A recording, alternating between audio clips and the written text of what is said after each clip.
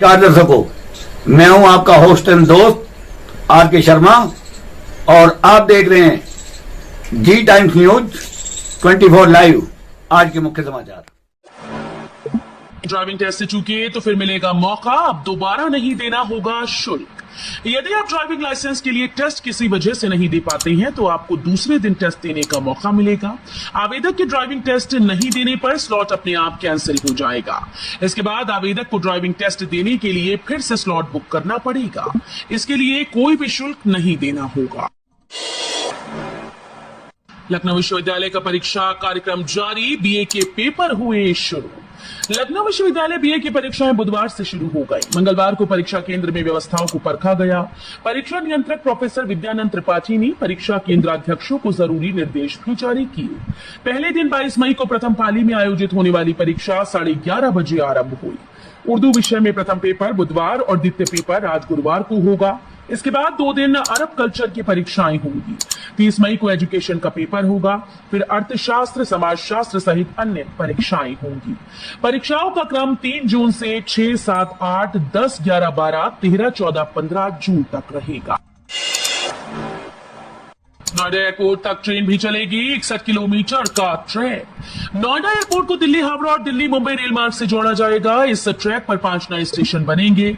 उत्तर मध्य railway ने इसकी detail project report बनाकर प्रस्तुत कर दी। भारत सरकार और रेल मंत्रालय ने परियोजना को मंजूरी भी दे दी है। यूपी में रक्षा लेखा कर्मियों का आवास किराया भत्ता बढ़ा, जनवरी से मिलेगा एरियर। यूपी में रक्षा रेखा के कर्मचारियों का आवास किराया भत्ता बढ़ा दिया गया है। केंद्रीय कर्मचारियों का महंगाई भत्ता 50% होने के बाद रक्षा लेखा महानियंत्रक कार्यालय ने आवास किराया भत्ता बढ़ाने का आदेश जारी कर दिया। आदेश के मुताबिक एक्स श्रेणी के शहर में रहने वाले कर्मचारियों को 30%, वाई श्रेणी शहर में 20% और जेड श्रेणी के शहर के कर्मियों को 10% भत्ता मिलेगा। यूपी के कमर्शियल वाहनों पर टैक्स का सिस्टम बदलेगा। परिवहन विभाग ने तैयार किया ये प्रस्ताव। कानपुर सहित सूबे में चलने वाले कमर्शियल वाहनों से एकमुश्त टैक्स वसूलने का खाका परिवहन विभाग ने तैयार किया। इस प्रस्ताव को अंतिम रूप देने के लिए मंगलवार से बुधवार तक विभागीय अफसर मंथन करेंगे। प्रस्ताव को फाइनल करके चुनाव के बाद इसे शासन को भेजेंगे। इसके बाद कैबिनेट में इसे पेश करके मुहर लगेगी। 27 नामचीन स्कूल्स को प्राधिकरण ने भेजा नोटिस।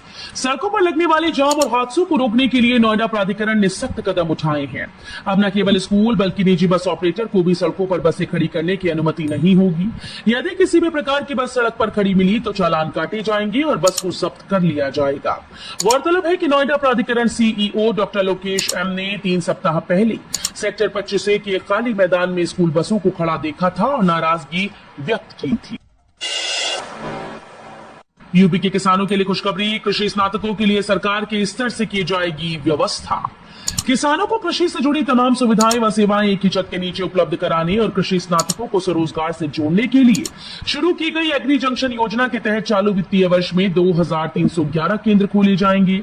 इन केंद्रों की स्थापना के लिए सरकार बैंकों से ऋण प्राप्त करने में सहायता करेगी और 7.5% की दर से ब्याज दर पर अनुदान भी देगी। इसके अलावा परिसर के किराए के मद में भी 50% की राशि दी जाएगी। यूपी की इस लोकसभा सीट पर कांग्रेस ने झोंकी पूरी ताकत। अब 25 को प्रियंका, 27 अप्रैल को आ सकते हैं राहुल। कांग्रेस और समाजवादी पार्टी के बड़े नेताओं ने बांसगांव लोकसभा का रुख करना शुरू कर दिया। आज 23 मई को छठे चरण का प्रचार खत्म होने के बाद राहुल गांधी, प्रियंका गांधी वाड्रा, अखिलेश यादव समेत अन्य नेताओं के बांसगांव पहुंचने की योजना बननी शुरू हो गई। प्रियंका गांधी वाड्रा 25 मई को बांसगांव लोकसभा क्षेत्र में जनसभा के लिए आ सकती हैं। यूपी के इन 2 जिलों के लिए विशेष टीम का गठन। जमीनों पर कब्जा करने वालों पर होगी कड़ी कार्रवाई। गंगा कचरी के गांव की सरकारी व निजी जमीन में हेरफेर कर कब्जा करने वाले अब नहीं बचेंगे। मंडलायुक्त की अध्यक्षता में जिलाधिकारी कानपुर, नगर व उन्नाव की सदस्यता वाली टीम के निर्देशन में अब अतिरिक्त उप जिलाधिकारी विवेक को सहायक रिकॉर्ड अधिकारी के रूप में सर्वे अफसर बनाया गया। उन्होंने टीम बनाने के लिए काम भी शुरू कर दिया है। यूपी बोर्ड के खेलों में नहीं खेल पाएंगे सीबीएसई और आईसीएसई बोर्ड के खिलाड़ी। माध्यमिक शिक्षा परिषद उत्तर प्रदेश की खेल प्रतियोगिताओं में सीबीएसई और आईएसई बोर्ड के स्कूल के खिलाड़ियों को गत वर्ष तक प्रतिभागिता की मिली छूट को खत्म कर दिया गया। डॉक्टर भीमराव अंबेडकर राज्य विद्यालय क्रीड़ा संस्थान के प्रभारी प्रशासनिक अधिकारी नरेंद्र पाल ने बताया कि केंद्रीय माध्यमिक शिक्षा परिषद के बोर्ड के प्रदेश में संचालित विद्यालयों के खिलाड़ियों की 2024-25 सत्र से यूपी बोर्ड के खेलों में प्रतिभागिता पर प्रतिबंध लगा दिया गया है। प्रयागराज जंक्शन पर शुरू हुआ रेल कोच रेस्टोरेंट, मांसाहार परोसा तो रद्द होगा टेंडर। रेलवे स्टेशन पर बनकर तैयार हुआ रेल कोच रेस्टोरेंट मांसाहार नहीं परोस सकेंगे। शुद्ध और शाकाहारी व्यंजन ही यात्रियों के लिए उपलब्ध होगा। मांसाहार परोसने पर उनका टेंडर रद्द कर दिया जाएगा। प्रयागराज जंक्शन पर रेल कोच रेस्टोरेंट की सुविधा का लाभ मिल रहा है। ये प्रदेश का 5वां रेल कोच रेस्टोरेंट है जो क्रियान्वित होने जा रहा है। इससे पहले लखनऊ, बरेली, वाराणसी और आगरा कैंट स्टेशन पर यह सुविधा उपलब्ध है। ग्रेटर नोएडा में घर बनाने का मौका, यमुना अथॉरिटी ला रही आवासीय प्लॉट योजना। यमुना प्राधिकरण एक बार फिर से छोटे आकार के आवासीय प्लॉट की योजना निकालने जा रहा है। आचार संहिता समाप्त होने के बाद अगले माह में ये योजना निकाली जाएगी। इसके साथ ही योजना में बड़े आकार की प्लॉट भी शामिल होंगी। यमुना प्राधिकरण में आवासीय संपत्ति की मांग साल दर साल बढ़ती जा रही है। इस मांग को पूरा करने के लिए प्राधिकरण ने एक बार फिर से 60 व 90 वर्ग मीटर के प्लॉट की योजना निकालने का फैसला किया।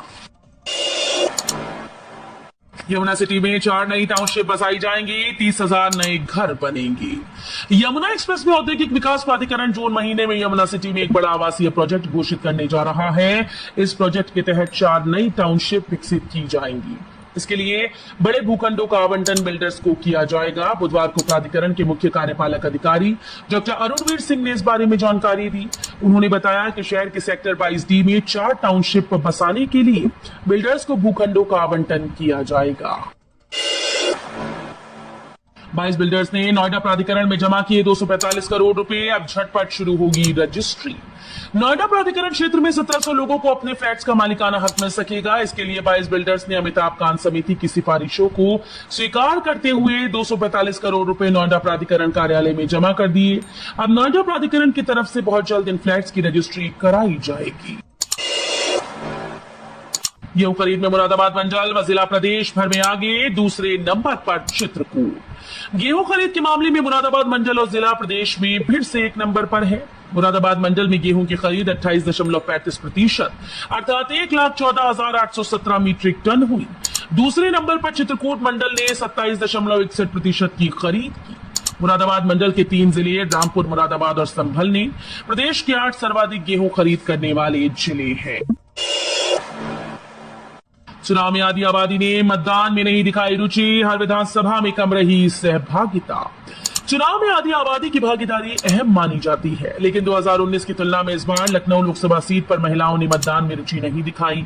यही वजह है कि चुनाव का प्रतिशत भी कम रहा। लखनऊ लोकसभा की हर विधानसभा में महिलाओं की सहभागिता कम रही। जूता कारोबारियों पर आयकर छापा। आगरा में हरमिला ट्रेडर्स वाले के यहां आयकर छापे में 40 करोड़ रुपए की पर्चियां मिली, जिनमें 3 से 4 हजार व्यापारियों को भुगतान देना है। इन पर्चियों को जारी करने वालों की जांच की जाएगी। आयकर विभाग का मानना है कि जिन कारोबारियों ने इन पर्चियों को जारी किया, उन्होंने पूरी आपूर्ति को अपनी अकाउंट बुक्स में शामिल नहीं किया। पर्चियों को जारी करने वालों की पूरी जानकारी स्टेट और सेंट्रल जीएसटी के साथ साझा की जाएगी। आय दुगनी करने के नाम पर बीजेपी ने गरीब किसानों को ठगा। सरकार ने जनता की आय दुगनी करने का वादा किया, लेकिन आय तो दुगनी हुई नहीं बल्कि उनकी लागत दुगनी हो गई।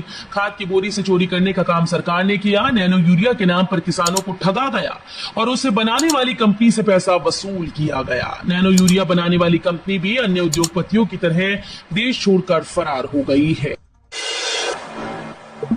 अखिलेश यादव बोले, जनता के अधिकार की बात करने वालों की दुश्मन है भाजपा। सपा अध्यक्ष अखिलेश यादव ने कहा कि जो जनता के अधिकार की बात करे उसे भाजपा अपना विरोधी मानती है, क्योंकि भाजपा जनता के हक को छीनने वाली पार्टी है। वो खरबपतियों की कठपुतली पार्टी है। अखिलेश यादव ने सोशल मीडिया साइट एक्स पर कहा कि बीएयू को बचाने के लिए भाजपा के खिलाफ आमरण अनशन पर बैठे डॉक्टर ओम शंकर जी से अनुरोध है कि वो अपना अनशन आमरण तोड़े और जनता के रक्षक इंडिया गठबंधन का साथ देकर भ्रष्ट भाजपा को हटाने के लिए नया व्रत ले। अखिलेश की जनसभा में फिर हुआ हंगामा, कार्यकर्ताओं ने फाड़े पर्दे। आजमगढ़ जनपद में एक बार फिर से अखिलेश की जनसभा में कार्यकर्ताओं ने हंगामा किया, जिसके कारण कार्यक्रम स्थल पर भगदड़ मच गई। कार्यकर्ताओं ने वहां लगे पर्दों को फाड़ दिया। इसके बाद पुलिस ने उन पर लाठियां बरसाई तो उन्होंने पुलिस पर पत्थर भी फेंके। किसी तरह से ये मामला शांत हुआ। बस्ती में पीएम मोदी का हमला, बोले शहजादे फिर से प्रभु श्री राम को टेंट में भेजना चाहते हैं। पीएम मोदी ने बस्ती में विशाल जनसभा को संबोधित किया। कहा दोनों शहजादे अखिलेश और राहुल मिलकर अफवाह उड़ा रहे हैं कि यूपी की 79 सीट जीत जाएंगे। अब जाना दिन में सपने देखने का क्या मतलब होता है। 4 जून को ये जनता ही इन्हें नींद से जगा देगी, तब ये ईवीएम पर ठीकरा फोड़ेंगे। इंडी गठबंधन की पार्टीज ने तुष्टीकरण की हदें पार कर दी। देश 500 वर्षों से राम मंदिर की प्रतीक्षा कर रहा था, लेकिन ये इंडी वालों को राम मंदिर और प्रभु श्री राम से परेशानी है। सपा के एक बड़े नेता कहते हैं कि राम मंदिर